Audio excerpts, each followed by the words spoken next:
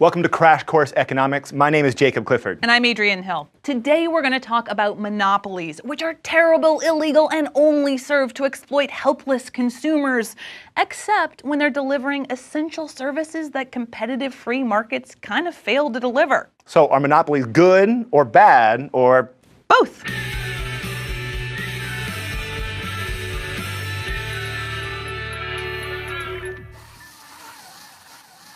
When some people hear the word capitalist, they picture the robber barons of the 19th century, cutthroat monopolists like Andrew Carnegie, J.P. Morgan, and John D. Rockefeller. They dominated industries like oil, railroads, banking, and steel, and would do anything to crush their competitors. After all, in Rockefeller's words, the growth of a large business is merely a survival of the fittest. Now, it's true, market economists love competition, but monopolies are the antithesis of competition. In most cases, economists want to prevent monopolies, not celebrate them. Let's go to the thought bubble. A pure monopoly is a market controlled by one seller with a good or service that has no close substitutes. But the true power of a monopoly comes from its ability to keep competitors out of the market. Monopolies are able to erect obstacles that economists call barriers to entry. If a company starts offering a brand new product in a market with low barriers, they won't maintain market power for very long. Take gourmet food trucks. In the last decade, gourmet cooks started moving into the street food business, competing in a market historically associated with lower quality options like hot dog vendors. These food trucks were a hit. Demand was high and the barriers to entry were relatively low, so more and more competitors jumped in. Now, food trucks are kind of everywhere. And that's exactly how capitalism is supposed to work. People wanted more street food options, and profit-seeking entrepreneurs gave them what they wanted. Incentives and competition made society better off. But imagine a city where there are limited numbers of licenses for food trucks. And I own all of them from my fleet of artisanal macaroni and cheese trucks. I also know the mayor, since he's a big fan of artisanal macaroni and cheese. If I can convince the mayor to ban traditional pushcart food vendors with their shawarma and their bacon-wrapped hot dogs, I'll have a monopoly on street food. I'm not increasing my profit by producing more stuff. I've influenced government regulations in such a way that anyone who's hungry but doesn't want to enter a building has to buy food from me. This is sometimes called crony capitalism, and it's a big reason many economists call for government transparency and accountability. Thanks, Thought Bubble. Companies don't have to have a literal monopoly to exercise monopoly power. When a single company has a huge market share in its industry, like Google does for search, they wield a lot of the same power that a pure monopoly would. Now, when a few firms control a large majority of market share, it's called an oligopoly. The market for mobile device operating systems is a good example, with Google's Android and Apple's iOS. The point is that one company doesn't need to have 100% of market shares to operate like a monopoly. In the example of the anti-food truck ordinance, the barrier to entry was government regulation. But what are some other ways companies maintain large market shares? Well, there's also control of resources. Like De Beers once had 90% market share in diamonds because they controlled the world's diamond mines. Another barrier is high startup costs. You might want to build a nuclear power plant to compete with your local power company, but you need a whole lot of money to get in the game. Monopolies can restrict output and charge higher prices without worrying about competitors. This is why most economists support antitrust laws that promote competition and outlaw anti-competitive tactics. They're called antitrust laws because monopolies used to be called trusts. In 1890, the U.S. passed the Sherman Act, named for Senator John Sherman. Sherman argued, if we will not endure a king as a political power, we should not endure a king over the production, transportation, and sale of any of the necessaries of life. The Sherman Act outlaws any monopolization or attempted monopolization. Court rulings and later laws gave the Department of Justice and the Federal Trade Commission greater authority to prevent monopolies. If the Coca-Cola Company wanted to purchase PepsiCo, it'd be a tough regulatory sell. In the U.S., mergers and acquisitions need to be approved by the government agencies. Economists call the act of buying companies that produce similar products horizontal integration. Like AT&T tried to buy T-Mobile, but failed because regulators believed the new company would control too big a share of the wireless communications market. Vertical integration, on the other hand, is when a company directly owns or controls its supply chain. For example, in the 1920s, the Ford Motor Company owned much of the entire supply chain needed to make cars.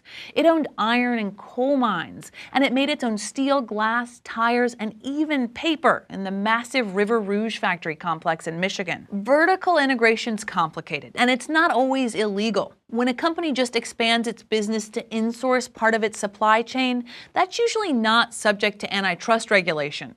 Companies can run into some trouble when they try to vertically integrate via mergers. Antitrust regulations can also prevent companies from making anti-competitive deals with their suppliers. In the late 1990s, Microsoft was accused of pressuring PC manufacturers to pre-install Microsoft's web browser, Internet Explorer, and exclude their main browser competitor, Netscape.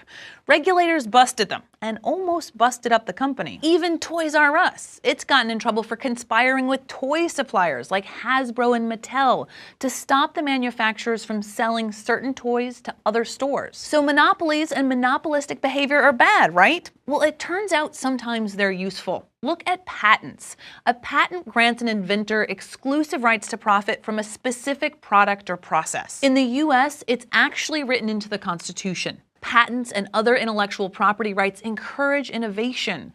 Pharmaceutical companies spend billions of dollars each year developing drugs, and patents allow them to recover those research and development costs and ideally earn profit. A patent essentially guarantees their right to be a monopoly, but not forever. After a certain amount of time, usually about 20 years, a patent expires, which lowers the barriers to entry. Competition moves in, prices fall, and companies look for something new to patent. Intellectual property law and patents are really complex, and Stan, he's actually done a whole series about them. Natural monopolies are a special situation where it's more cost-effective to have one large producer rather than several small competing firms. The best examples are public utilities in markets like electricity, water, natural gas, and sewage. They may be privately owned or publicly owned, but either way, they remain a monopoly because the government limits competition. I mean, if there were 3 competing electric companies in one city, that would mean building 3 different power plants and running 3 sets of power lines through the streets. The result would be higher costs. So in this case, it's cheaper to have one electric company because they have economies of scale. The monopoly can still raise prices and abuse its power, so the government often regulates prices and fees. Now, of course, there are debates about when the government should intervene and which markets justify natural monopolies. Nike has about 90% market share in basketball shoes, but it's not a natural monopoly. It's a non-coercive monopoly. There are plenty of other shoe companies and people aren't forced to buy Nike shoes, so there's no reason for the government to get involved. But that's not always the case. Up to the 1970s, AT&T was given natural monopoly status, which gave it nearly complete control in the telephone industry. In 1974, an antitrust lawsuit was filed by the Department of Justice, and the end result was the largest corporate breakup in American history. AT&T dissolved into 7 regional telephone companies, and other companies like Sprint and MCI quickly jumped into the market. This process is called deregulation, and it's happened in all sorts of markets, from delivering the mail to airlines. So let's step back here. Why are we so worried about monopolies? Well, a lot of this has to do with pricing.